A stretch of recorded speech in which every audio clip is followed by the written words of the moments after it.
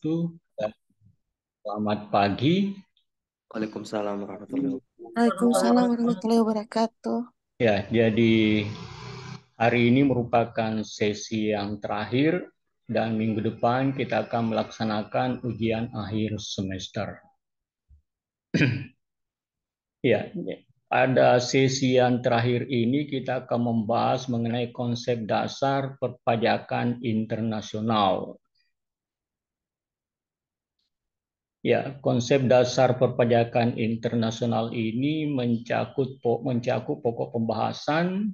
Ya, yang pertama adalah gambaran umum perpajakan internasional, kemudian faktor koneksi hak pemajakan atau siapa yang berhak, negara apa yang berhak melakukan eh, hak pemajakan, ya. Kemudian pajak berganda, ya. Pajak berganda ini mencakup pembahasan mengenai pengertian pajak berganda, kemudian timbulnya pajak berganda, ya, dan kemudian jenis atau kategori dari pajak berganda. Kemudian pembahasan berikutnya adalah penghindaran atau eliminasi pajak berganda, ya, yang mencakup pembahasan mengenai tujuan penghindaran, kemudian mekanisme dan metode eliminasi pajak berganda. Dan pembahasan terakhir terkait dengan tax avoidance dan anti tax avoidance. Baik, saya share materinya.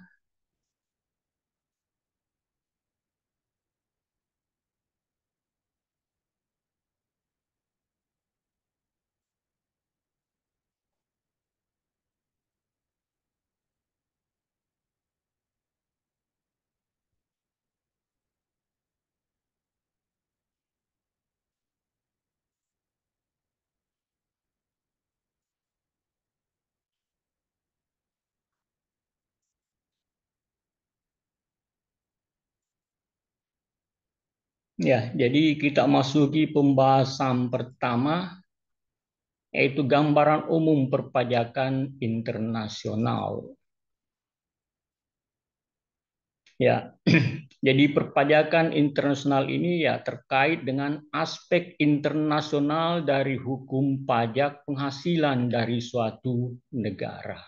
Ya.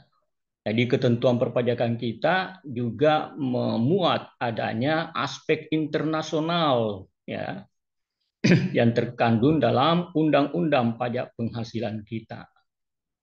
Kemudian ya, yang perlu juga dipahami bahwa hukum pajak tidak bersifat internasional. Artinya tidak ada pengaturan secara internasional terkait dengan hukum pajak. Kemudian ya, setiap negara berdaulat, ya, dan berhak membuat hukum pajak pada masing-masing negaranya. Jadi seperti kita ya, kita mengatur mengenai penghasilan lintas negara dalam ketentuan perpajakan kita. Baik dari subjek pajak luar negeri yang memperoleh penghasilan di dalam negeri atau dari subjek pajak dalam negeri ataupun subjek pajak dalam negeri kita yang memperoleh penghasilan di mancanegara. Kemudian hukum perpajakan internasional yang termuat dalam hukum pajak suatu negara mengatur dua hal. Ya. Ya, yang pertama adalah mengatur tentang pemajakan atas subjek pajak dalam negeri suatu negara yang menerima penghasilan dari sumber di luar negaranya atau memperoleh penghasilan lintas negara. Kemudian yang kedua, ya, mengatur pemajakan atas subjek pajak luar negeri yang memperoleh penghasilan dari sumber di luar, ya, daerah teritorial suatu negara, atau kalau dari sisi perpajakan kita, ya, subjek pajak luar negeri yang memperoleh penghasilan di dalam negeri atau dari wajib pajak dalam negeri.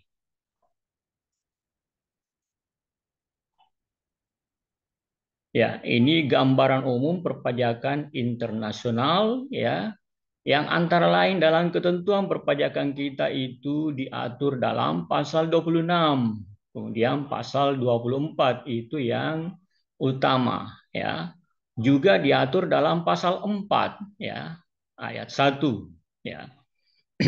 Mengenai konsep prinsip perpajakan yang kita anut ya. Jadi kita menganut prinsip pemajakan ya di pasal 4 ayat 1 itu ya, prinsip worldwide income ya. Jadi pendapatan dari mana saja kita akan pajaki ya. Jadi di pasal 4 ayat 1 ya, ketentuan perpajakan kita itu bahwa eh, penghasilan itu adalah tambahan kemampuan ekonomis ya, baik yang diperoleh di Indonesia maupun dari luar Indonesia ya, baik untuk konsumsi ataupun untuk menambah kekayaan. Jadi kita memajaki ya, wajib pajak kita itu baik yang berasal, baik kalau dia merupakan subjek pajak dalam negeri maka kita akan pajaki baik penghasilannya di dalam negeri maupun penghasilannya di luar negeri.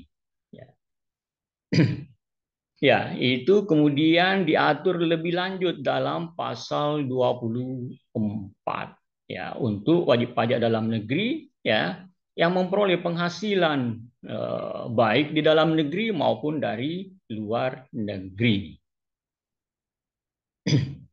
Jadi kalau ada ya wajib pajak dalam negeri yang memperoleh penghasilan dari wajib pajak luar negeri, maka ketentuan perpajakan kita itu mengaturnya dalam pasal 24. Ya. Kemudian kalau ada subjek pajak dalam luar negeri ya yang memperoleh penghasilan dari wajib pajak dalam negeri ya, itu diatur dalam pasal 26 Undang-Undang Pajak Penghasilan kita ya. Tapi awalnya itu diatur dalam pasal 4 ayat 1. Ya. Jadi ada ketentuan undang-undang pajak perpajakan kita domestik ya, kita dari sisi Indonesia ya. Kemudian ada undang-undang pajak negara lain ya. Kalau itu menimbulkan pajak berganda ya, maka akan ditangani dengan perjanjian penghindaran pajak berganda. Sebagai pemahaman awal bahwa kalau sistem pemajakan kita berbeda dengan sistem pemajakan negara lain, misalnya kita menganut asas sumber, ya, sementara negara lain menganut asas domisili, maka sudah bisa dipastikan akan terjadi pajak berganda. Dan itu hanya bisa dieliminir dengan adanya tax treaty. Itulah yang merupakan gambaran dari perpajakan internasional. Jadi ada undang-undang pajak negara lain ya yang mengatur mengenai penghasilan lintas negara ya. Kemudian ada undang-undang pajak domestik juga mengatur antara lain mengenai penghasilan lintas negara.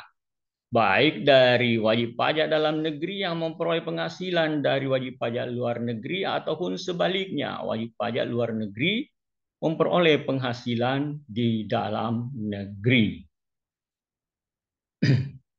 Dan kalau ketentuan perpajakan kita dengan negara lain, ketentuan perpajakan negara lain itu menimbulkan pajak berganda, maka tentu harus ditangani dengan tax treaty.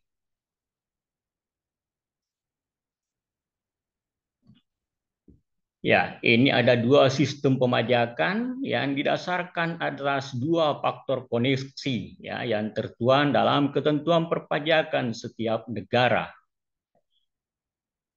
Yang pertama adalah personal connecting factor atau resident concept ya.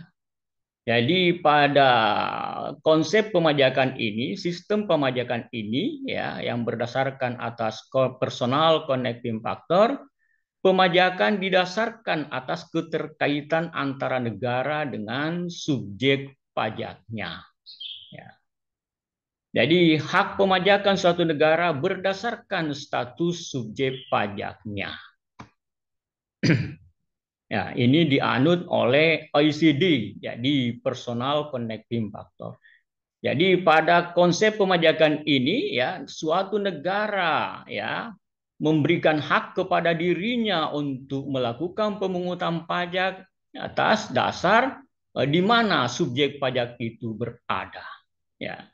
Jadi kalau dia berdomisili misalnya di negara X, maka negara X itulah yang berhak melakukan pemajakan, ya, pemajakan walaupun penghasilan itu diperoleh dari luar negaranya. Itu konsep yang pertama. Ini dianut oleh negara-negara OECD ya, yang awalnya dianut oleh negara-negara OECD yang bermarkas di Paris ya. Tapi kemudian konsep pemajakan ini dikoreksi oleh United Nations yaitu dengan objective connecting factor atau source concept ya. Jadi berdasarkan sumber ya. Jadi keterkaitan antara negara dengan letak objek pajaknya. Jadi hak pemajakan suatu negara itu berdasarkan keberadaan aktivitas ekonomi atau objek pajaknya. Ini merupakan koreksi dari United Nations karena menganggap bahwa konsep pemajakan dengan personal connecting factor ini tidak adil ya, tidak adil. Kenapa? Karena ya sumber-sumber modal dan tenaga-tenaga ahli itu kebanyakan berasal dari negara-negara maju ya. Jadi kalau misalnya ya ada subjek pajak dari negara Prancis yang merupakan markas dari OECD ini ya, kemudian memperoleh penghasilan di Ghana karena sumber penghasilannya di Ghana ya, maka berdasarkan personal connecting factor ini yang awalnya dianut oleh negara OECD ya, maka negara Prancis lah yang memperoleh hak pemajakan karena subjek pajaknya berdomisili di Prancis ya. Jadi resident concept di mana dia berdomisili ya. Jadi sebagai subjek pajak dalam negeri dari negara Prancis, maka Prancislah yang mempunyai hak pemajakan. Ini kemudian dikoreksi oleh United Nations bahwa itu tidak adil, ya. Ya, kalau berdasarkan objektif connecting factor, maka negara Ghana lah yang mempunyai hak pemajakan, ya, karena di sanalah sumber ekonominya, ya. Di sanalah sumber penghasilan yang menjadi objek pajak. Itu koreksi dari United Nations. Ya, atas dasar pertimbangan ya bahwa negara-negara berkembang ya itu kebanyakan mempunyai sumber penghasilan yang melimpah, sumber alam yang melimpah. Seperti kita di Indonesia ya, itu ada di Morowali ya, nikel ya, itu sumber sumber penghasilannya ya. Jadi kalau berdasarkan objektif connecting factor ya, maka pekerja-pekerja yang ada di Morowali itu kitalah yang berhak ya memperoleh hak pemajakan. Meskipun nanti ada pengaturan lebih lanjut bahwa siapa yang didahulukan, apakah yang mempunyai sumber penghasilan didahulukan, kemudian sisanya diberikan kepada negara domisili.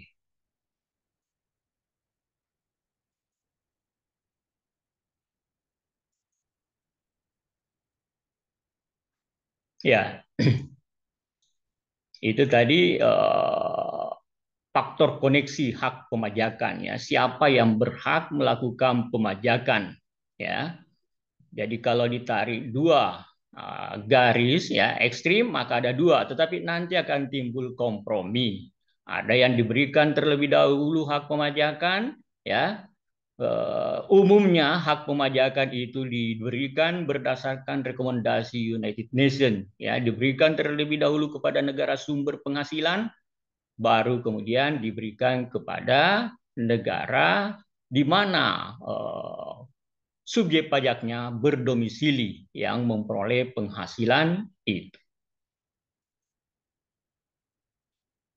Selanjutnya kita bahas mengenai pajak berganda, ya. Ya, jadi pajak berganda terjadi pada suatu transaksi, ya, pada saat suatu transaksi lintas negara. Jadi ada subjek pajak, subjek pajak misalnya di dalam negeri yang memperoleh penghasilan lintas negara, ya.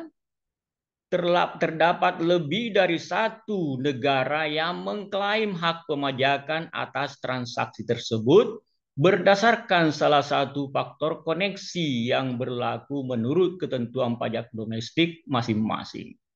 Seperti tadi, kalau Ghana memiliki, ya, ketentuan perpajakan bahwa dia menganut objektif connecting factor, sementara Prancis, ya, itu menganut apa namanya ini faktor koneksi domisili, maka tentu saja akan terjadi pajak berganda, ya, karena baik Prancis sebagai negara domisili maupun Ghana sebagai negara sumber itu masing-masing mengklaim hak pemajakan.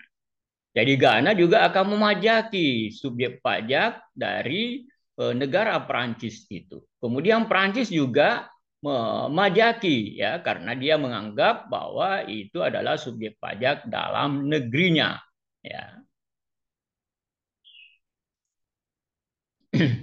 Sekarang bagaimana ketentuan perpajakan kita, ya? Bagaimana ketentuan perpajakan kita terkait dengan hal itu, ya?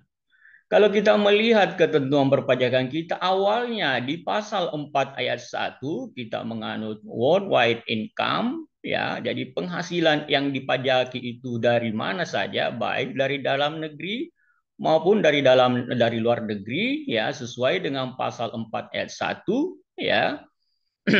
Maka kita juga menganut sebenarnya adalah konsep pemajakan, ya, personal connecting factor serta objektif connecting factor, ya. Jadi personal connecting factor, ya, karena kita juga memajaki, ya, memajaki subjek pajak, ya, dalam negeri kita, ya, yang memperoleh penghasilan di luar negeri, ya. Dengan adanya ketentuan menggabungkan keseluruhan penghasilannya, baik yang diperoleh dari Indonesia maupun dari luar Indonesia untuk menghitung penghasilan kena pajak, ya. Itu kalau kita melihat awal, ya, melihat ketentuan awalnya, ya, sesuai yang diatur dalam pasal 4 ayat 1. Kita juga menganut objektif connecting factor, ya, bahwa subjek pajak luar negeri yang memperoleh penghasilan dari dalam negeri atau dari wajib pajak dalam negeri, ya, itu kita juga pajaki, ya, sehingga kita juga menganut objektif connecting factor, ya. Jadi awalnya dua-duanya, ya, tetapi kemudian di pasal 24, ya, pasal 24 ketentuan perundang-undangan perpajakan kita, ya, menyatakan bahwa pajak yang sudah dibayar di luar negeri, ya, pajak yang sudah dibayar di luar negeri itu bisa dikreditkan, artinya bisa mengurangi pajak penghasilan akhir tahun kita, ya. Maka pada dasarnya kita cenderung, ya, menganut, ya, objektif connecting factor. Meskipun kita memajaki awalnya, tetapi pajak yang sudah dibayar oleh wajib pajak kita di luar negeri itu bisa menjadi pengurang, ya. Jadi kita menganut metode pengkreditan, bukan metode eliminasi, ya. Kalau metode eliminasi itu kita tidak menganggap bahwa penghasilan yang diperoleh di luar negeri itu merupakan objek pajak. Ya. Jadi awalnya kita akui sebagai objek pajak. Kemudian pajak yang terutang di luar negeri atau dibayar di luar negeri bisa menjadi kredit pajak sepanjang tidak melebihi ketentuan perpajakan kita. Ya, tidak melebihi ketentuan perpajakan kita. Ya.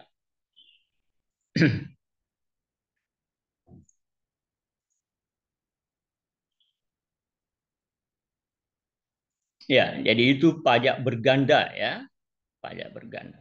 Pajak berganda sebenarnya itu bisa dikategorikan dalam dua kategori ya.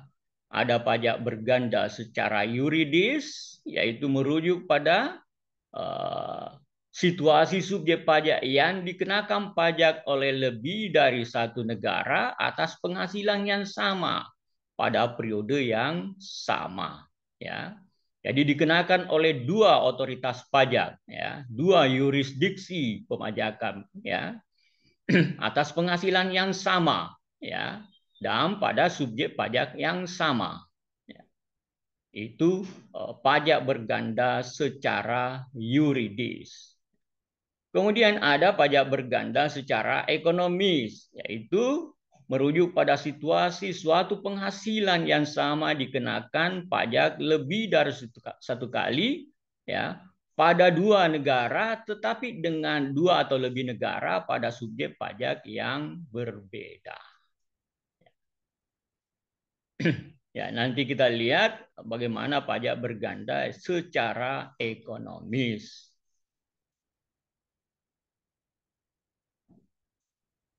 Ya, ini pajak berganda secara yuridis ya.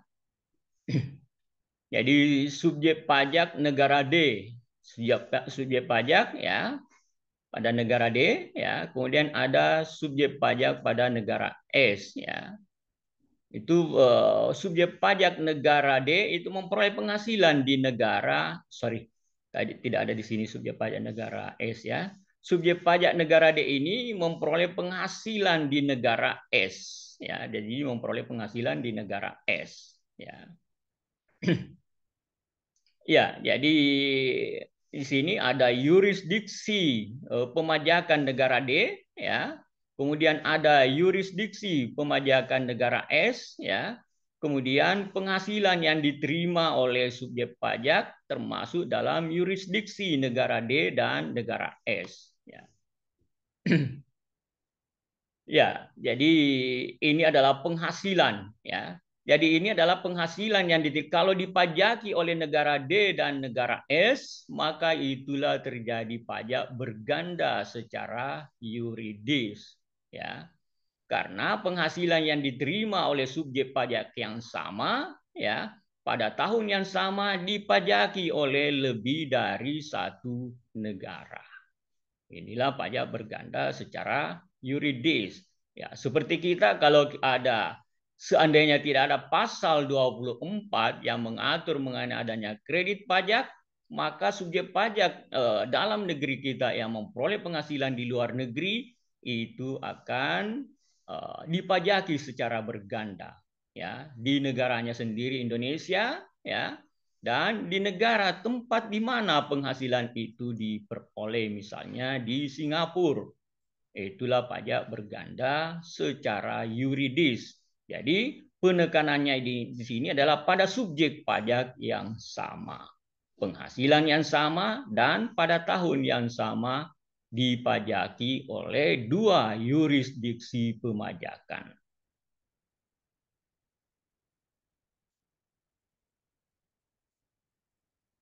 Kemudian ini adalah contoh ya pajak berganda secara ekonomis. Juga atas penghasilan yang sama dipajaki oleh lebih dari satu negara misalnya ya. Tetapi dengan subjek pajak yang berbeda. Di sini diberikan contoh ya untuk memudahkan ya yang memperoleh pendapatan dividen itu investornya itu adalah subjek pajak badan ya, wajib pajak badan. Jadi penghasilan kena pajak 100 dari badannya ya. Kemudian pajak penghasilan badan itu adalah 25% misalnya, ya. Itu dikenakan pajak pada tingkat subjek pajak badannya, ya.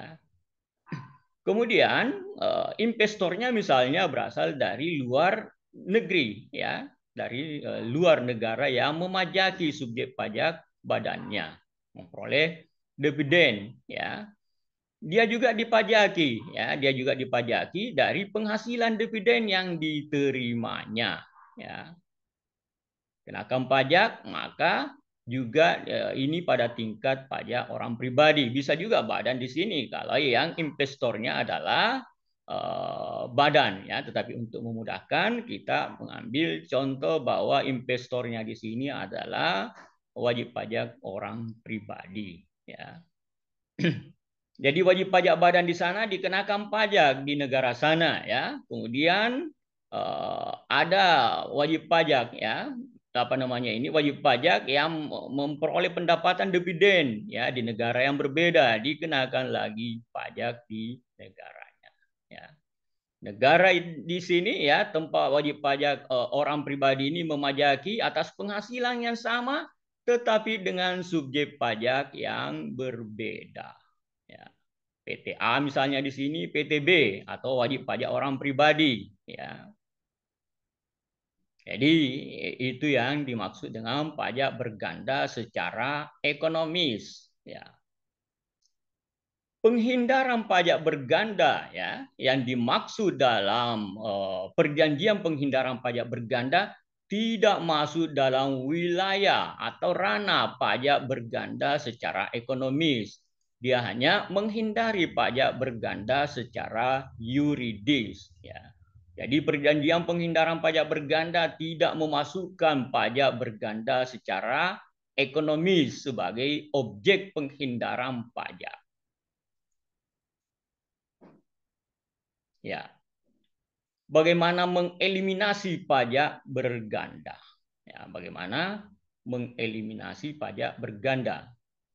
Yang pertama, eliminasi pajak berganda dilakukan dengan tindakan bilateral atau multilateral, ya, dengan mengadakan perjanjian penghindaran pajak berganda, ya. Baru-baru ini kita merilis, ya, baru-baru ini dirilis, ya, ini perjanjian penghindaran pajak berganda yang diperbaharui antara Indonesia dan Singapura, ya, dan antara Indonesia dengan Uni Emirat Arab. Itu diperbaharui perjanjian penghindaran pajak bergandanya, ya. Jadi eliminasi bisa dengan bilateral, misalnya Indonesia dengan Singapura, bisa juga dengan multilateral. Misalnya ada kesepakatan antar negara G20, ya, atau ada kesepakatan antar negara OECD. Ya, kita baru-baru saja, ya, dalam tahun ini, ya, sudah termasuk dalam negara OECD, ya, yang bermarkas di Paris, ya. Jadi dengan demikian kita harus menghargai kesepakatan dengan negara OECD, ya, yang terkait dengan penghindaran pajak berganda, ya. Dulu pada awal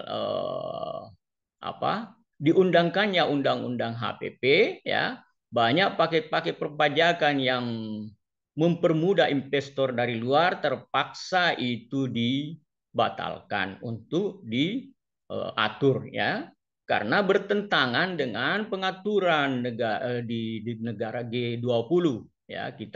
Kita harus menghormati kesepakatan yang ada di negara G20 sehingga banyak paket-paket perpajakan yang merupakan insentif bagi investor luar negeri untuk masuk ke Indonesia, ya, itu terpaksa dibatalkan. Karena kalau itu diundangkan atau diatur dalam peraturan Menteri Keuangan dan turunannya, ya, maka itu berarti kita tidak menyepakati, ya, kita tidak menghormati kesepakatan multilateral yang ada di negara-negara G20 di mana kita menjadi anggotanya. Kemudian tujuan diadakan P3B sebagai upaya untuk menghindari pajak berganda ya secara yuridis saja dan tidak masuk ke ranah pajak berganda secara ekonomis ya. Jadi P3B hanya bertujuan menghilangkan dampak pajak berganda secara yuridis dan tidak bertujuan untuk menghilangkan dampak pajak berganda secara ekonomis. Ya.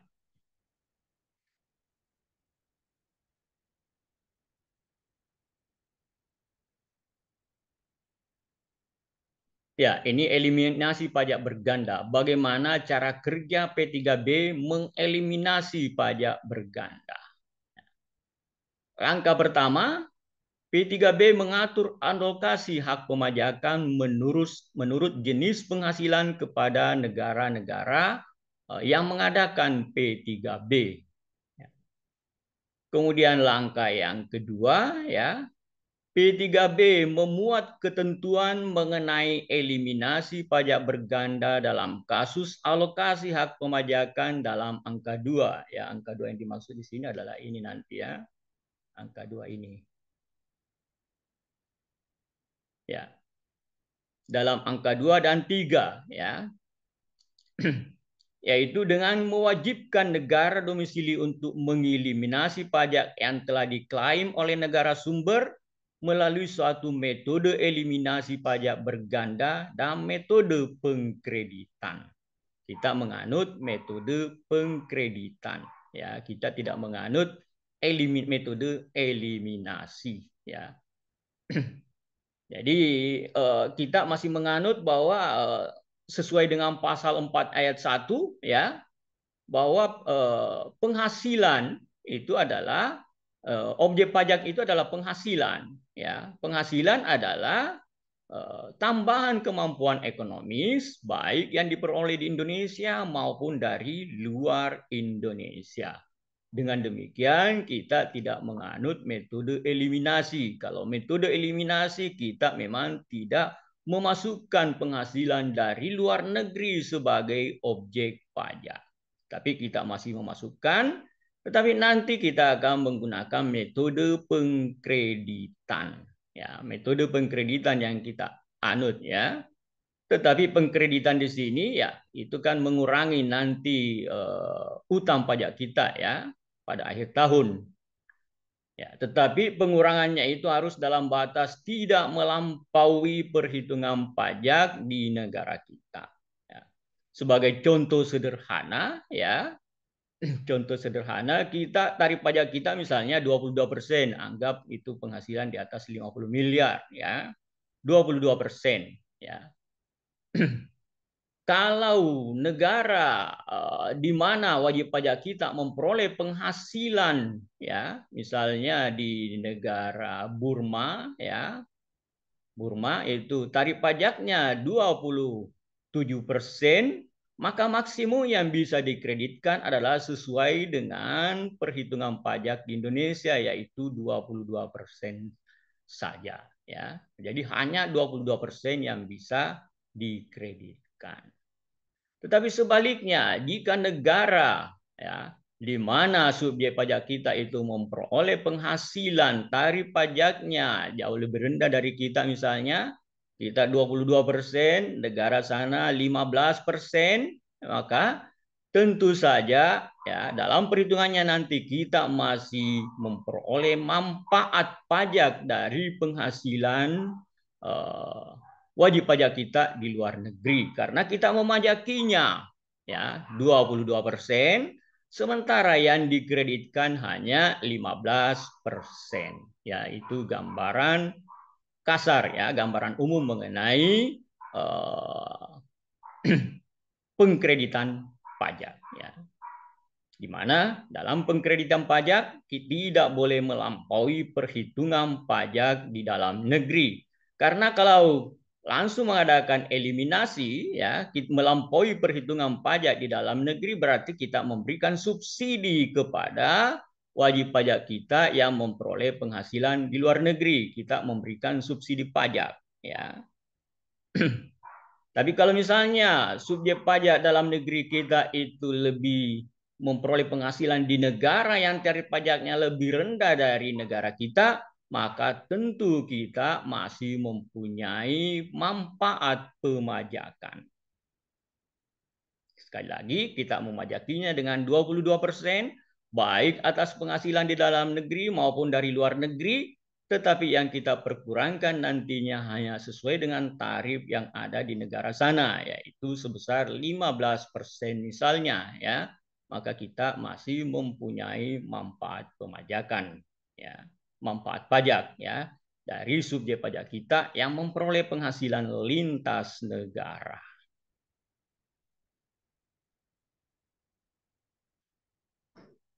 Ya, ada 3 tipe ketentuan mengenai alokasi pemajakan. Ya. Yang pertama adalah alokasi hak pemajakan secara efektif hanya kepada satu negara. Kalau diberikan kepada hanya satu negara, tentu saja ya pasti terhindar yang namanya pajak berganda. Ya. Jadi pada alokasi ini tidak ada pajak berganda sebab hanya satu negara saja yang dapat memajaki suatu penghasilan. Ya, itu kalau ditentukan hanya satu negara yang mempunyai hak eksklusif untuk melakukan pemajakan. Ya, misalnya ditentukan negara sumber ataukah negara domisili. Ya, bisa timbul pajak berganda sudah pasti kalau yang satu menganut ini sumber, yang satu menganut domisili. Kemudian yang kedua ya, ini tadi ekstrim ya, ini moderat ya. Alokasi hak pemajakan diberikan kepada negara sumber dan negara domisili dengan ketentuan ya. Negara sumber mendapat hak pemajakan yang pertama dan negara domisili mendapatkan hak pemajakan atas klaim pajak yang tersisa. Ya, ya ini tentu saja bisa diperoleh kalau kita ini menganut metode pengkreditan. Ya, jadi diberikan kepada negara sumber dan negara domisili, tapi dengan ketentuan negara sumber mendapat hak pemajakan yang pertama. Kemudian negara domisili ya seperti kita subjek pajak kita ya yang tersisa saja ya. Yang tersisa ada kalau tarif pajak negara di mana terdapat objek pajak itu lebih rendah dibanding dengan tarif pajak kita ya. Tapi kalau sebaliknya maka kita tidak mempunyai hak pemajakan, tetapi ada alternatif ketiga ya. Alternatif ketiga, alokasi hak pemajakan diberikan kepada negara sumber dan negara domisili dengan ketentuan negara sumber mendapat hak pemajakan yang pertama ya, tetapi dengan pembatasan tarif ya. Jadi Singapura misalnya negara sumber penghasilan ya, tetapi di sana itu diberikan pembatasan tarif. Kalau misalnya tarif pajaknya lebih tinggi dari Indonesia, maka kita minta agar dia menurunkan tarif pajak yang lebih rendah dari Indonesia ya. Lebih rendah dari 22% sehingga kita masih mempunyai hak pemajakan yang tersisa. Ya, kita 22% misalnya ya. Negara sumber penghasilan itu 25% ya. 25%. Ya, kita minta dia menurunkan tarif pajaknya di bawah 22%, misalnya 17% atau 15%, ya. Itu dia turunkan pajaknya sehingga kita masih mempunyai sisa pemajakan, ya. Hak sisa pemajakan kepada negara domisili. Inilah pengaturan-pengaturan, ya. Bisa juga ya, negara sumber penghasilan itu tarifnya lebih rendah, misalnya 20%, kita 22%. Tetapi agar hak pemajakan kita lebih tinggi lagi, ya, maka kita minta negara itu untuk menurunkan lagi supaya hak pemajakan kita itu lebih tinggi kalau dia menerapkan tarif pajaknya yang 20%. Ya. Inilah metode eliminasi pajak berganda.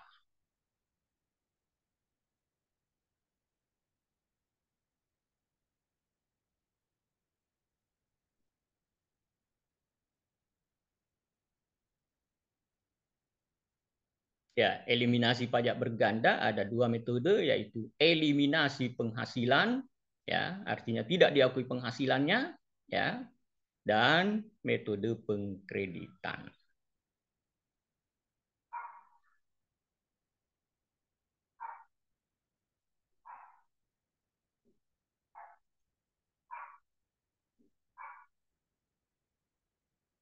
Ya, kita lihat selanjutnya, ya, tujuan penghindaran atau eliminasi pajak berganda.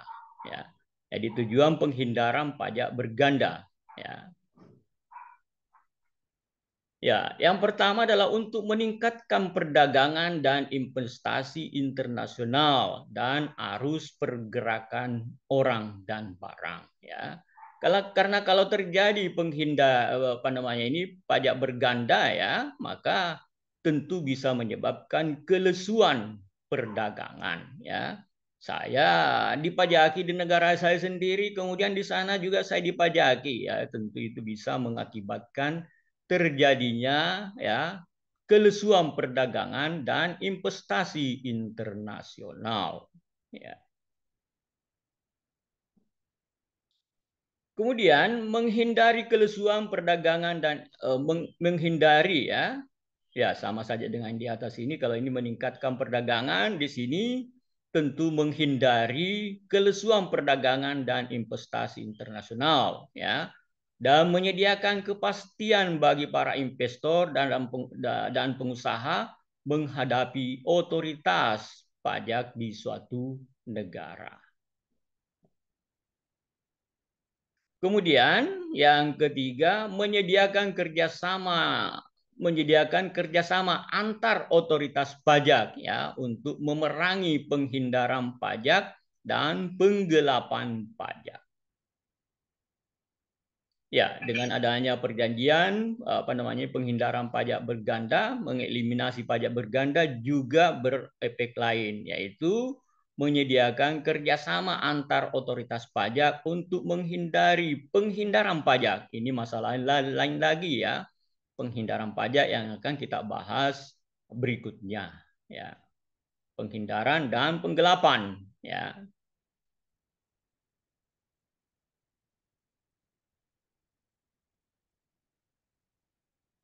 Kemudian berikutnya adalah menyediakan pertukaran informasi, ya, dengan pandangan untuk memerangi penghindaran dan penggelapan pajak dan juga bertujuan untuk melaksanakan P3B dan hukum domestik dari negara yang bersangkutan. Kemudian membagi penerimaan pajak antar kedua negara, yaitu negara sumber dan negara di mana subjek pajak itu berdomisili. Ya, seperti tadi alokasi-alokasi itu, ya. Kemudian menyediakan bantuan kerjasama dalam menagih penerimaan pajak. Dia membentuk hubungan fiskal antar otoritas yang berwenang dari kedua negara. Ya, itulah tujuan penghindaran pajak berganda.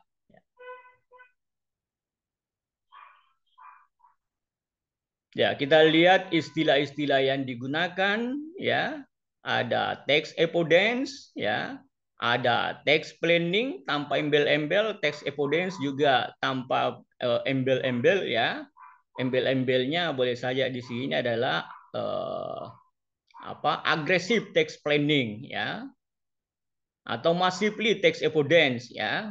Tax avoidance yang dilakukan secara masif atau aggressive tax planning, ya, tanpa embel-embel di sini, ya. Kemudian tax evasion, ya, tax evasion.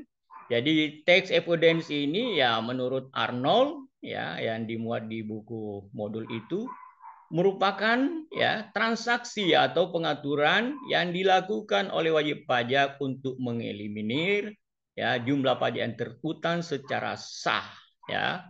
Ini masih sesuai dengan koridor aturan perpajakan, ya. Seperti misalnya yang kita bahas, ya, kita menggunakan metode penyusutan, ya. Penyusutan yang paling meminimalkan objek pajaknya atau yang mempertinggi ya bebannya, ya beban pajaknya. Itu masih dalam batas ya tax avoidance tanpa embel-embel ya. Kemudian tax planning ya. Ya, ini tentu saja tax planning ini bermain dari tax avoidance ya, tidak bermain dari tax evasion ya. Jadi wilayah bermainnya tax planning ini adalah pada tax avoidance ya. Jadi analisis sistematis atas berbagai opsi fiskal ya yang tidak melanggar aturan perpajakan sehingga dapat dirumuskan opsi fiskal yang dapat meminimalkan kewajiban pajak baik kini maupun di masa yang akan datang. Itu adalah tax planning yang tidak ditambah dengan embel-embel seperti aggressive tax planning ya, atau pada tax avoidance ya massively ya tax avoidance ya. Sedangkan tax evasion merupakan penghematan pajak yang dilakukan dengan melanggar peraturan perpajakan yang ada sehingga bersifat manipulatif seperti tidak memasukkan semua penjualan ya, mengada-adakan biaya atau menyalahkandakan biaya ya. Biaya-biaya yang seharusnya bukan merupakan pengurang objek pajak disalahkandakan menjadi pengurang objek pajak ya. Itu adalah tax evasion.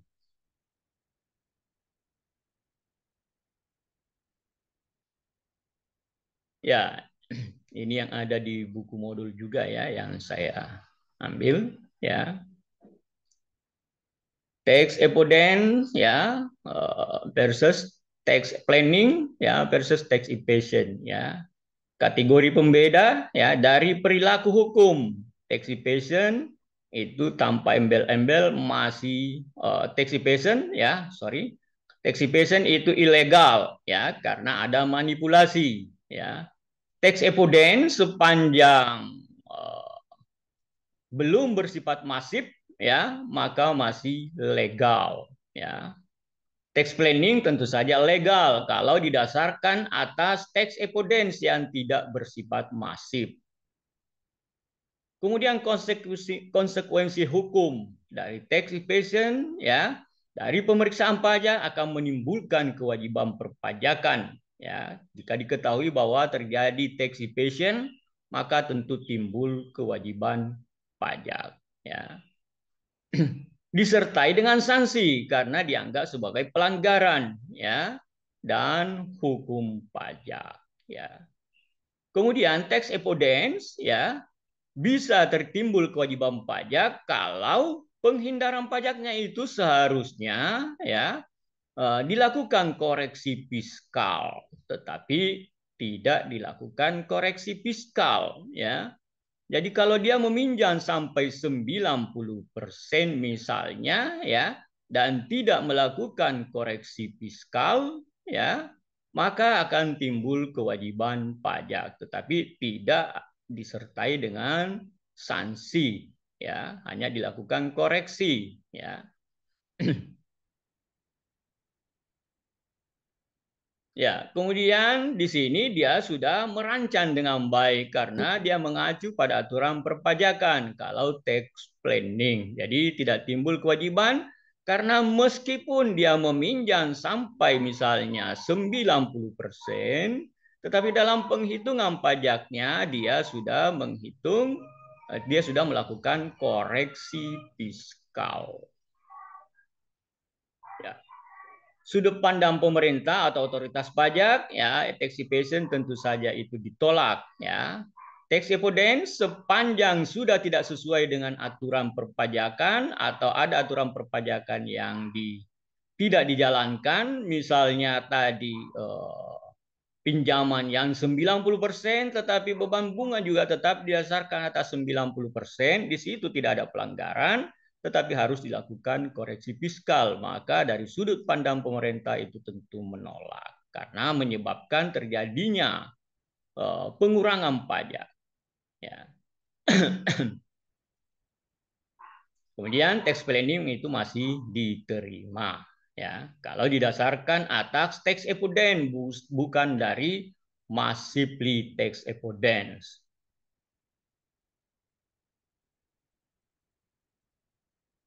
Ya, tipe tax avoidance ya, yang ini yang massively ya, unacceptable tax avoidance ya, penghindaran pajak yang tidak bisa diterima ya.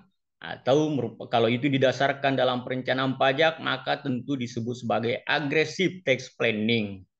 Ya, jadi merupakan tax avoidance yang dihasilkan dari aggressive tax planning yang dicegah oleh peraturan perpajakan dari suatu negara. Sedangkan acceptable tax avoidance ya, yaitu merupakan tax planning yang memperhatikan dengan baik aturan perpajakan.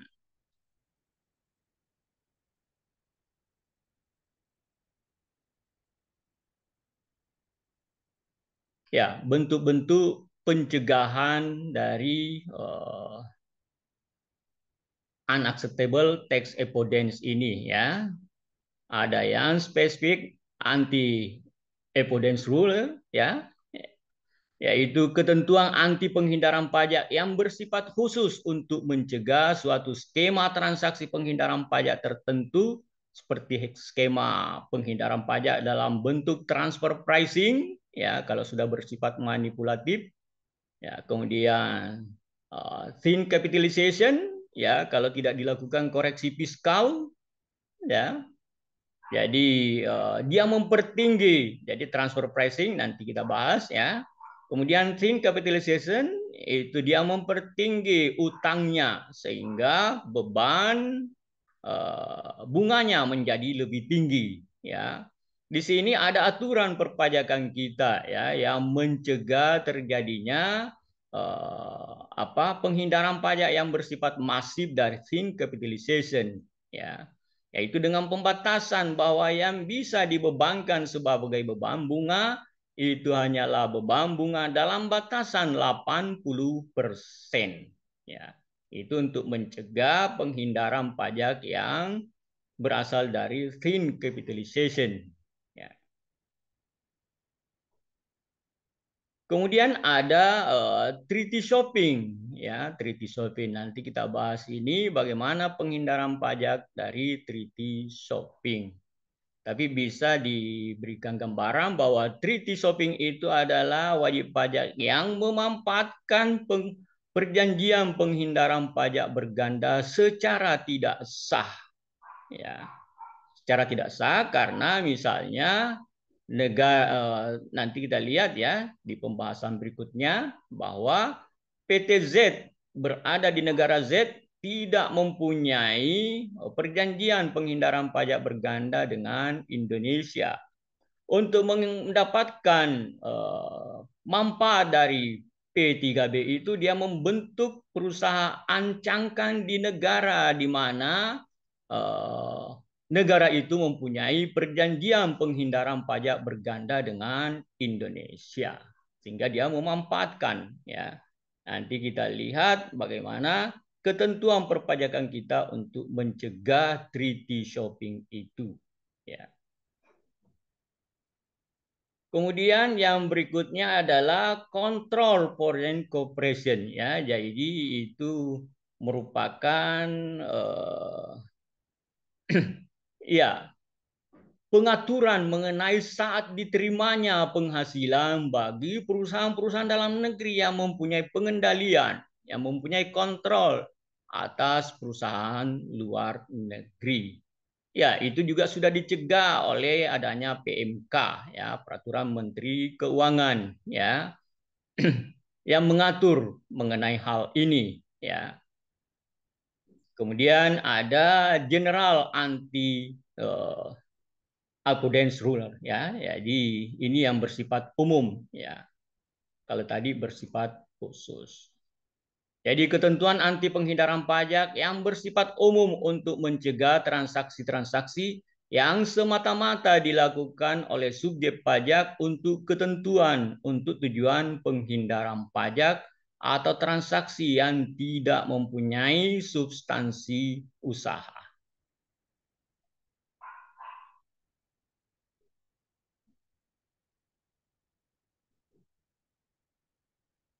Ya, ini yang banyak digunakan juga ya, penghindaran pajak dengan metode transfer pricing.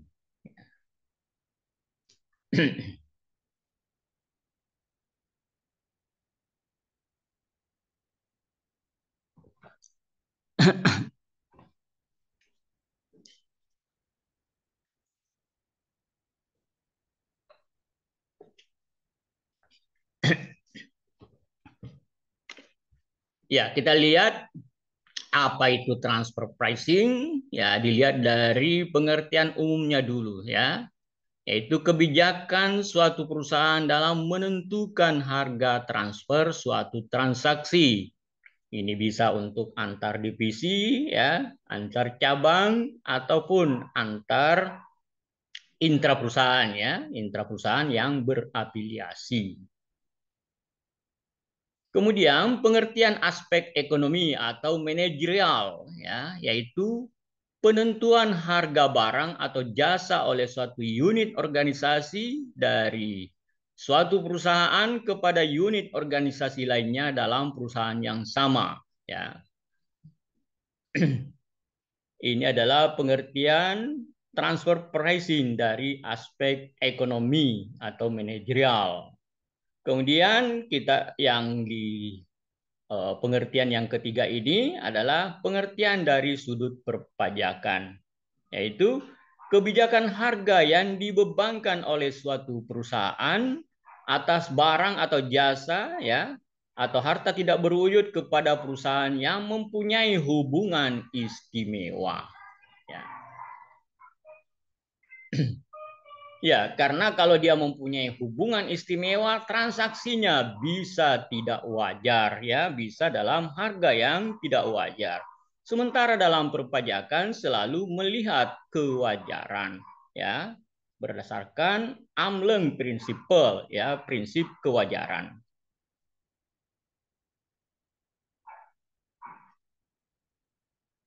Ya, motivasi transfer pricing, ya. Dari aspek ekonomi atau manajerial akuntansi ya, itu ya itu untuk mengukur secara adil kontribusi masing-masing perusahaan atau divisi ya, ya divisi dalam grup, divisi atau perusahaan dalam grup ya. Kemudian motivasi dari aspek perpajakan, yaitu optimalisasi niat, ya, net income after tax pada grup dengan menetapkan harga transfer antar pihak yang mempunyai hubungan istimewa yang meminimalkan kewajiban perpajakannya. Jadi ini motif penghindaran pajak.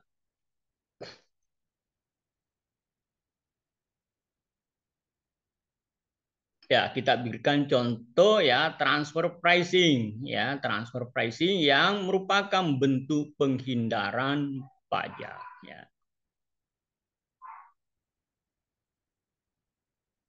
Ya, misalnya ya, jadi penjualan kepada pihak luar negeri ya melalui pihak ketiga yang kurang atau tidak mempunyai substansi usaha atau biasa juga disebut dengan perusahaan cangkang ya.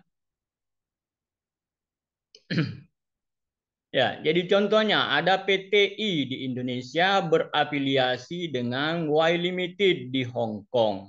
Ya, keduanya merupakan anak perusahaan K di Korea. Ya. Kemudian PTI mengekspor barang dengan kos 100 yang dikirim ke X. Ya. Yang dikirim ke perusahaan X di Amerika ya, itu atas permintaan Y Limited. Sorry, saya minum dulu.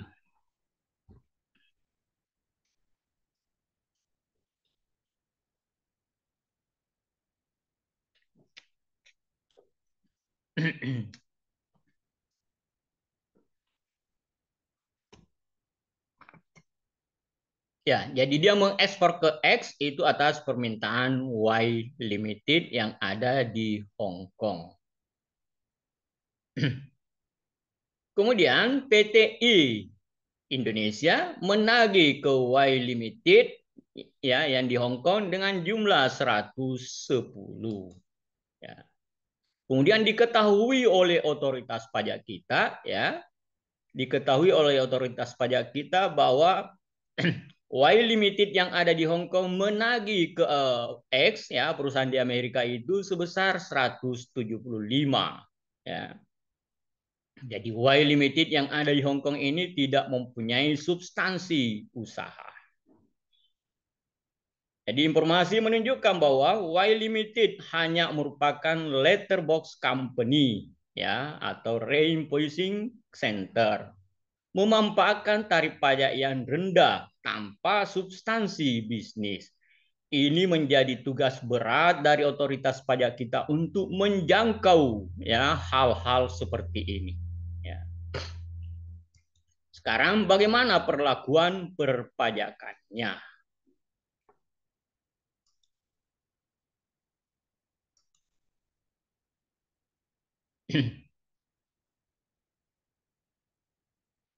Ya, jadi penjualan kepada pihak luar negeri melalui pihak ketiga yang kurang atau tidak mempunyai substansi usaha. Perlakuan perpajakannya adalah harga jual kotor yang harus diakui oleh perusahaan yang ada di Indonesia adalah 175 sesuai dengan harga jual dari PT harga jual dari Y Limited di Hong Kong kepada X ya. Karena Y Limited ini hanya merupakan perusahaan cangkang ya.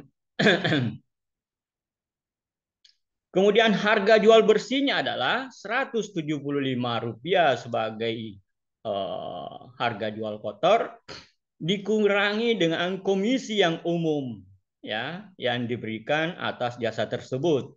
Jadi kepada Y ini hanya diberikan komisi ya.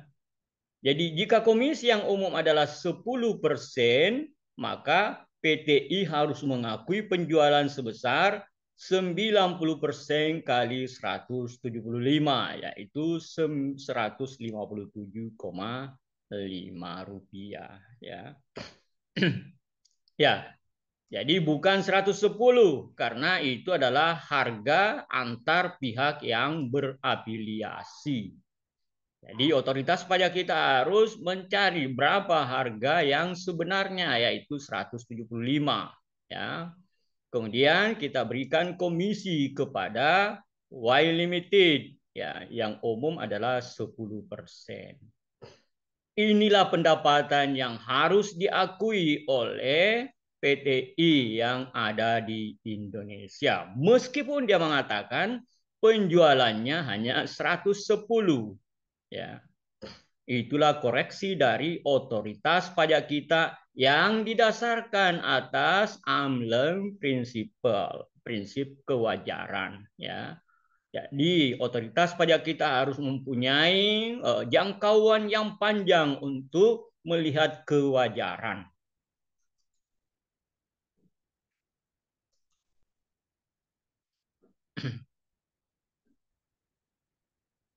Ya, itu tadi contoh yang pertama ya. Contoh yang kedua yang sudah bersifat konsolidasi ya. Ya, kasus ini muncul jika ada perusahaan afiliasi beroperasi di negara yang tarif pajaknya lebih rendah dari tarif pajak domestik, misalnya di negara kita ya. Maka perusahaan afiliasi akan menempuh dua strategi dalam melakukan tax avoidance. Yang pertama, mengalokasikan penghasilan ke yurisdiksi ya yang tarif pajaknya lebih rendah ya. Kemudian mengalokasikan biaya ya atau tax deductible expense ke yurisdiksi negara yang memiliki tarif pajak tinggi ya. Karena kalau biayanya tinggi tentu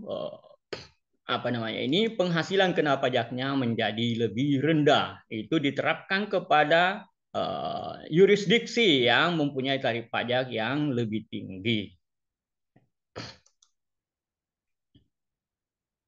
Ya, jadi pada contoh ini diperlihatkan laporan laba rugi dengan laporan laba rugi yang wajar dari pengaturan harga transfer untuk tujuan tax avoidance. Ya.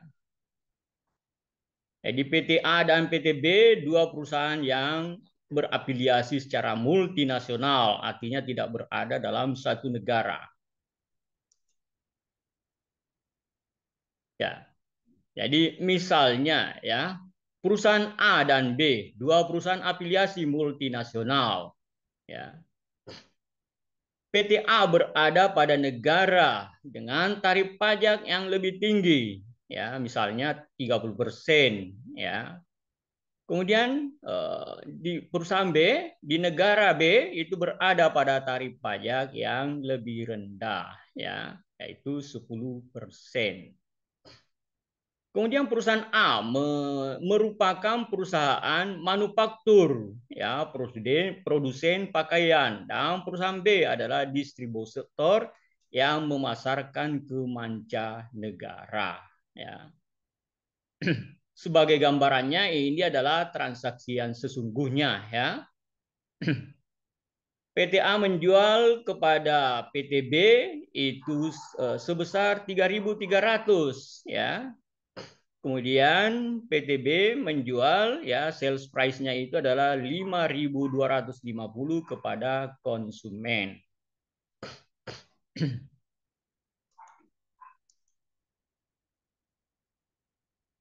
Kemudian data lainnya, cost of goods sold, ya, perusahaan A adalah 1.800. Kemudian biaya operasional A 450 dan B 225. Kemudian biaya non operasional A adalah 150 dan B 75, ya. Ya, berapakah PKP A, B serta grup? Ya, dengan tarif pajak yang berbeda, manajemen grup melakukan strategi minimalisasi pajak, ya, melakukan penghindaran pajak, ya, dengan melakukan pengaturan transfer price, ya, harga transfer, ya, dengan hanya mencatat penjualan kepada B 3.000, padahal faktanya berapa tadi? Itu adalah 3.300, tapi dia laporkan hanya 3.000, ya, karena negara di mana A berada ini tarif pajaknya tinggi sehingga dia rendahkan harganya, ya, dia rendahkan harganya. Ya, tentu saja harga dari A ini merupakan cost of goods sold bagi B, ya.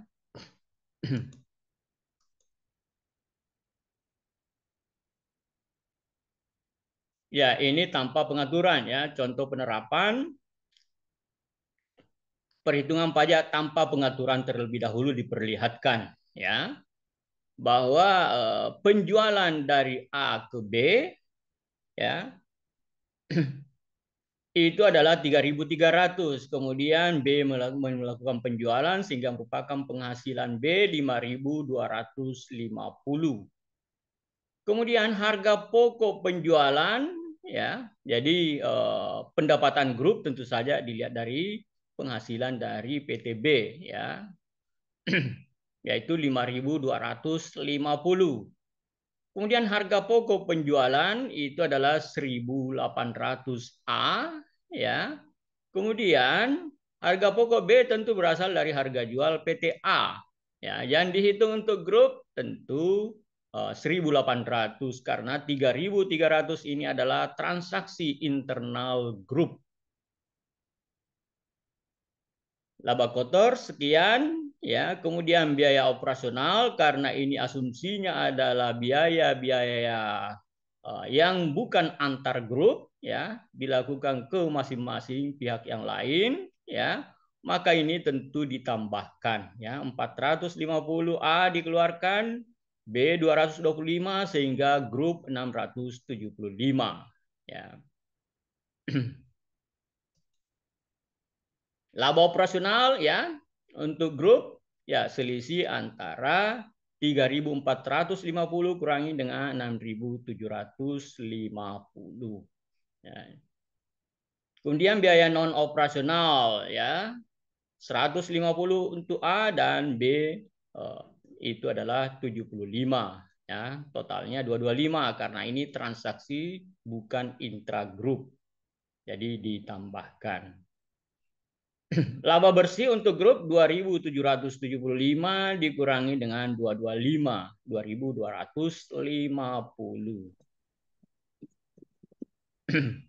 Tarif pajak 30%, ya, 270. Kemudian tarif pajak ini 10%, ya.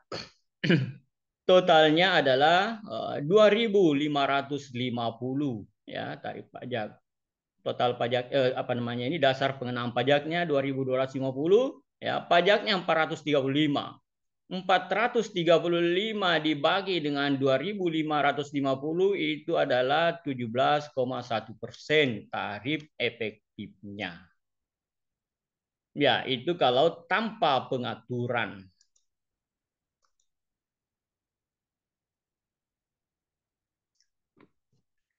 Kemudian ini, ya, dengan pengaturan, ya, jadi dia merendahkan penjualan di negara A karena tarif pajaknya tinggi, ya.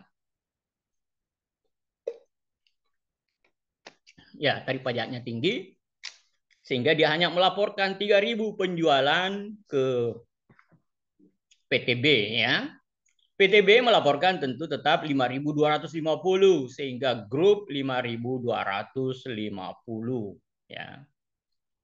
Harga pokok penjualan 1.800 A sedangkan B 3.000 secara grup itu hanya yang diakui adalah 1.800 karena 3.000 ini merupakan transaksi intra grup, ya. Kemudian laba kotor sekian, total 3.450. Biaya operasional 450 dan 225, ya. Sehingga diperoleh laba operasional grup selisih antara 3.450 kurangi 675. Kemudian biaya non operasional 225, ya.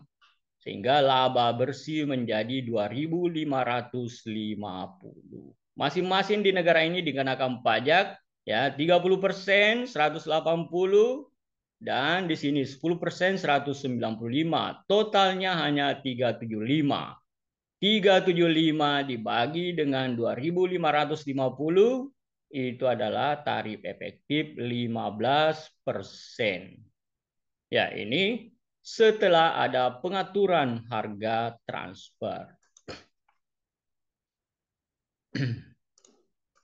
Ya, jadi di sini sell price actual, ya, actual itu adalah 3.300, kemudian di sini 5.250. Pengaturan, ya, pengaturan itu 3.000 di sini karena tarif pajak tinggi, ya. Di sini 5.250, ya. Tetap, ya.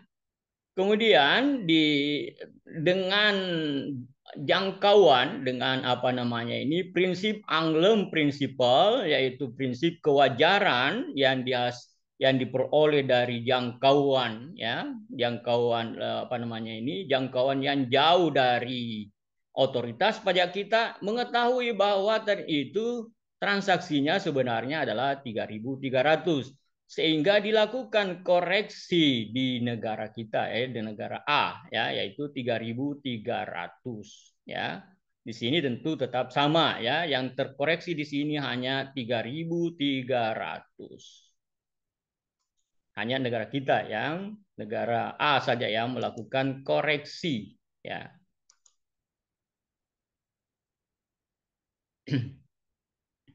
Ya, dengan koreksi ini maka, ya, A, ya, tetap mengakui A, ya, harus tetap mengakui penjualan sebesar 3.300, ya. Ini dikoreksi dari 3.000 setelah diketahui bahwa harga penjualan sebenarnya adalah 3.300, ya. Kemudian jika negara B di mana B berada tidak melakukan koreksi, maka tentu saja di sini tetap harga pokok penjualannya adalah 3.000, ya. Kecuali kalau negara B juga melakukan koreksi, ya. Laba kotor sekian, ya.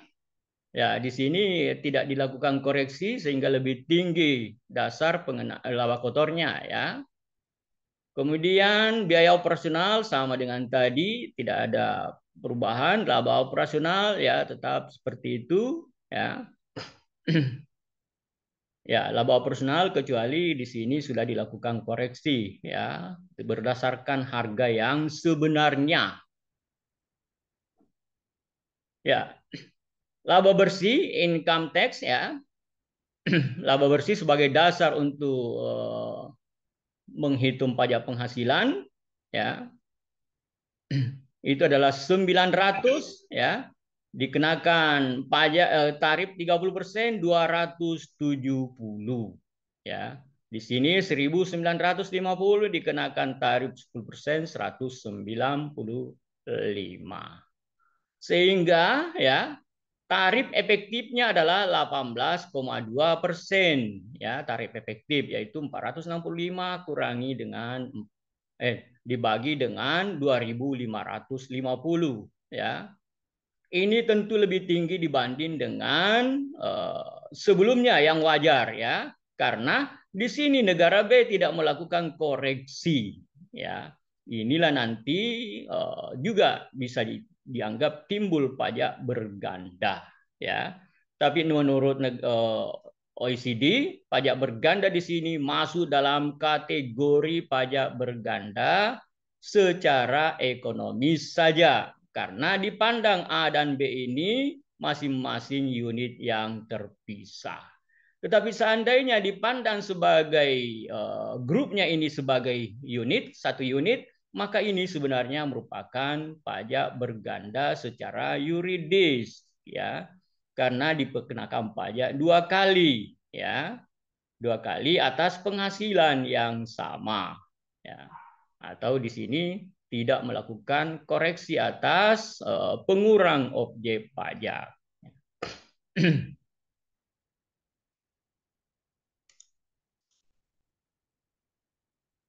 Ya, pajak berganda yang timbul dalam transfer pricing yang tadi ya.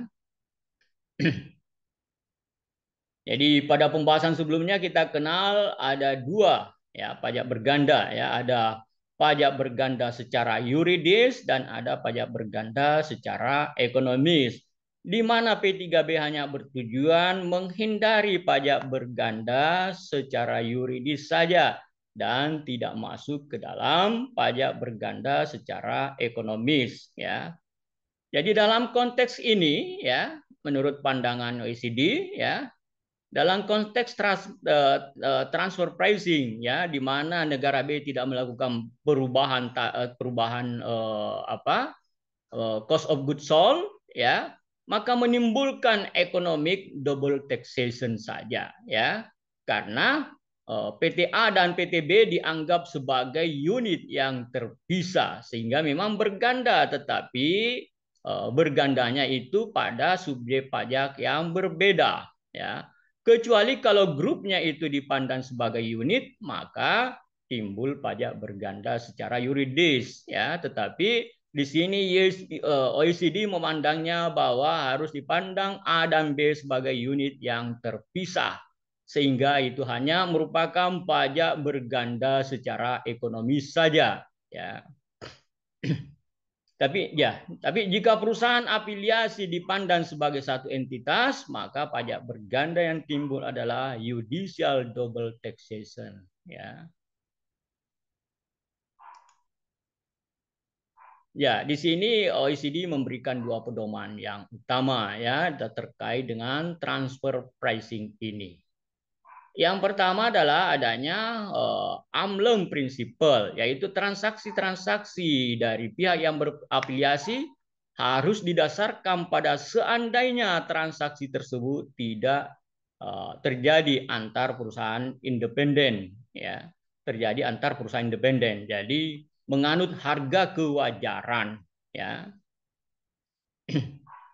Harus menganut prinsip harga yang wajar ya.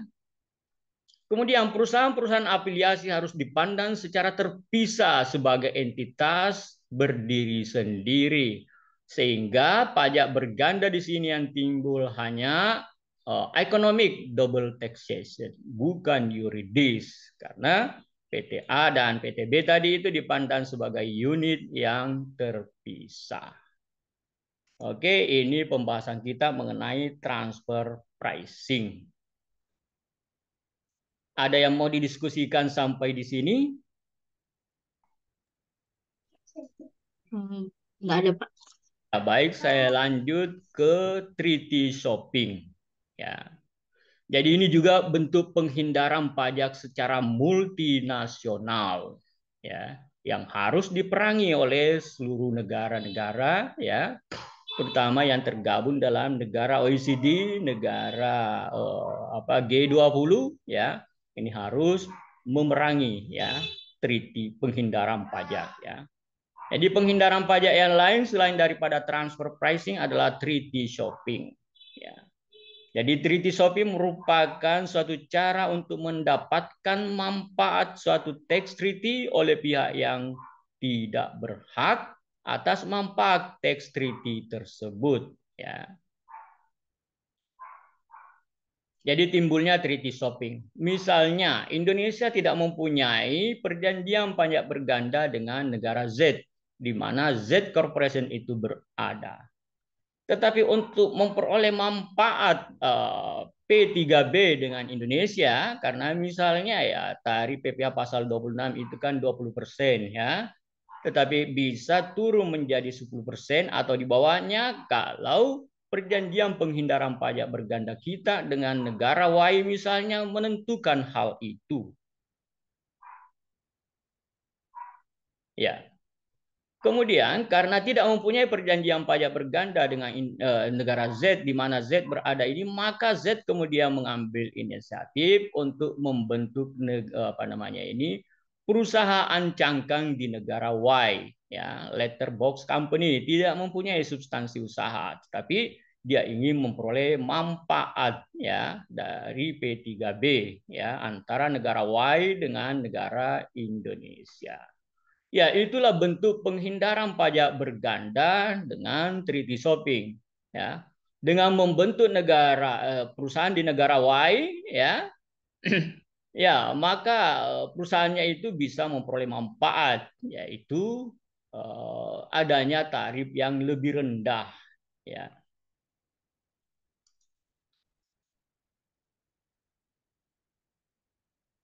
Kemudian penanganan treaty shopping, ya. Jadi untuk memperoleh pengurangan pajak dengan negara tax treaty dipersyaratkan, ini aturan perpajakan kita yang mengatur mengenai penanganan treaty shopping.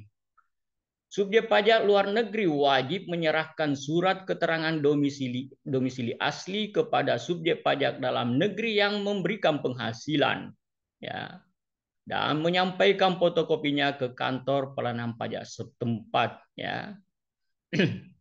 Di mana subjek pajak dalam negeri yang memberikan penghasilan itu membayarkan penghasilan, ya.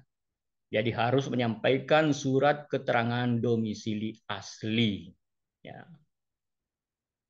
Kemudian diseleksi dengan beneficial owner, ya, siapa pemilik sebenarnya perusahaan itu, ya.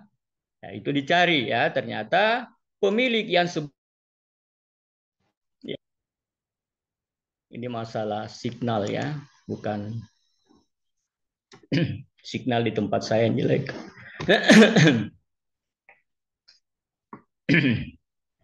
Ya, saya kembali.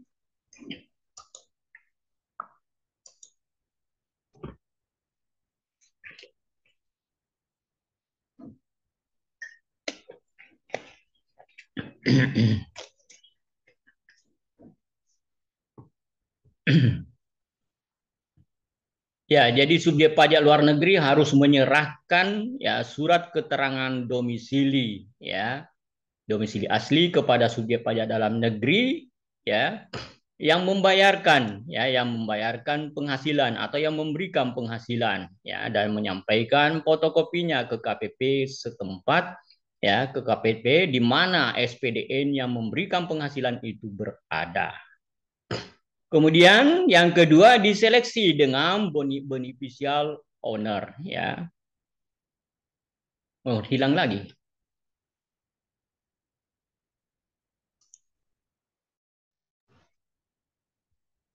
Ya, cuma saya yang keluar karena hanya signalnya.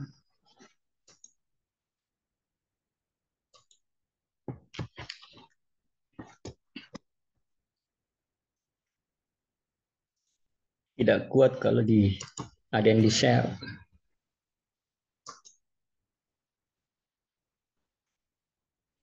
Ya, jadi diseleksi ya. Diseleksi dengan beneficial owner, siapa pemilik yang sebenarnya. Jadi bukan sebagai agen, bukan sebagai perusahaan nomini, dan bukan sebagai perusahaan conduit ya. Jadi bukan perusahaan cangkang. Ya, itu seleksinya.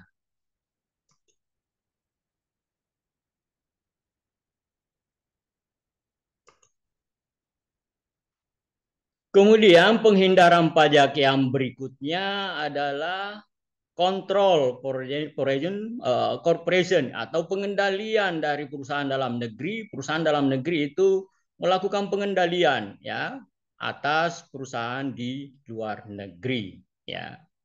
Jadi CFC merupakan suatu terminologi yang digunakan untuk menentukan tingkat penguasaan ya atas suatu offshore ya.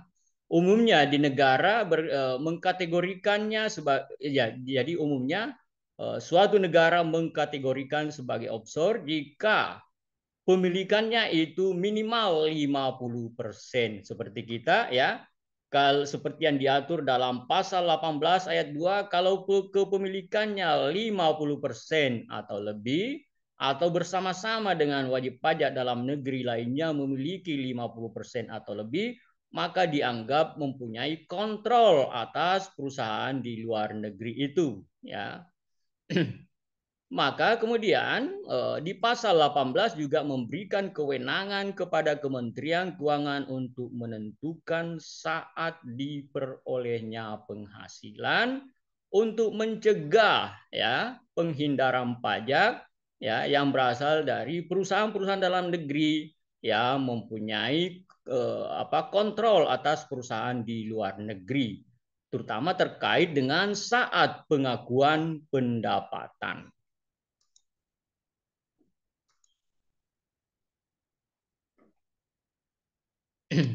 Ya, jadi ada badan usaha dalam negeri yang mempunyai kepemilikan 50% atau lebih atau bersama-sama dengan badan usaha dalam negeri lainnya itu memiliki kepemilikan 50% dari badan usaha luar negeri, ya.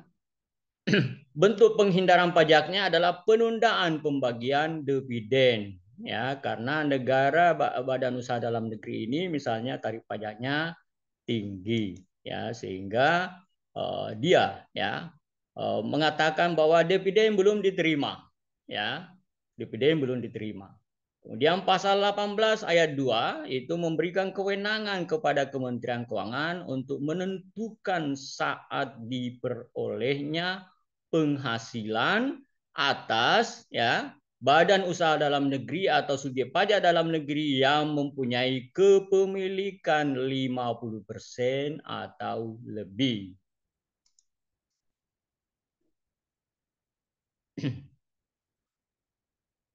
Ya, penanganan atas penghindaran pajak dengan CFC ini ya, yaitu penghindaran pembagian dividen oleh perusahaan offshore. Jadi peraturan perpajakan kita memblok tax avoidance ya, diawali dengan adanya pemberian kewenangan kepada Kementerian Keuangan sesuai dengan pasal 18 ayat 2 untuk menetapkan saat diperolehnya ya dividen ya bagi wajib pajak dalam negeri yang penyertaannya ya, yang penyertaan modalnya pada badan usaha dalam negeri ya itu adalah 50% atau lebih ya, atau bersama-sama dengan subjek pajak dalam negeri lainnya memiliki 50%. Kemudian penjabaran dari pasal 18 ayat 2 itu dijabarkan melalui peraturan Menteri Keuangan ya 256 tahun 2008 ya. penghasilan dividen harus diakui ya di PMK itu ya. Pada bulan keempat setelah berakhirnya batas waktu penyampaian SPT tahunan Badan Usaha di Luar Negeri untuk tahun pajak yang bersangkutan. Jika di negara yang bersangkutan mewajibkan untuk menyampaikan SPT dan menentukan adanya batas waktu. Misalnya batas waktu di sana itu sama dengan kita, yaitu 4 bulan untuk badan, ya. Maka dia harus mengakui ya penghasilan tersebut ya 4 bulan setelah 4 bulan itu atau bulan ke-8. Ya, dia harus akui penghasilan meskipun dia mengatakan dividen belum dibagi. Ya, jadi itu penanganan penghindaran pajak dalam bentuk CFC ini.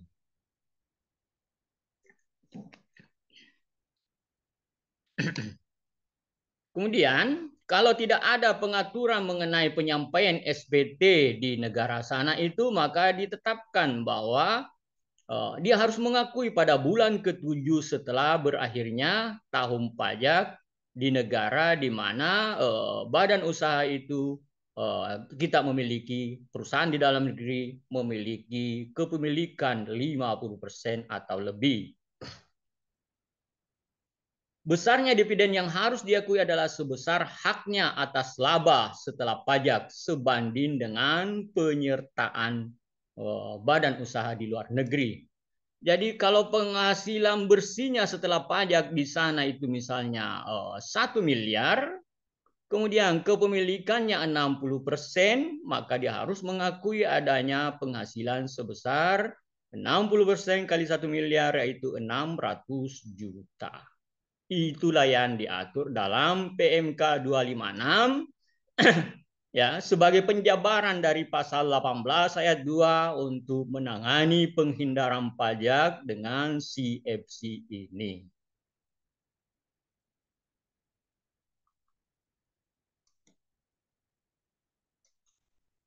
Ya, baik itu pembahasan kita untuk hari ini terkait dengan konsep dasar perpajakan internasional dan dikaitkan dengan penghindaran pajak yang bersifat internasional.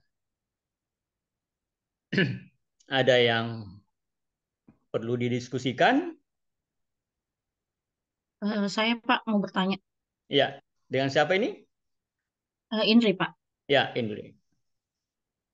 Saya mau bertanya Pak, kalau pajak internasional itu kenapa ya Pak jarang digunakan di Indonesia gitu?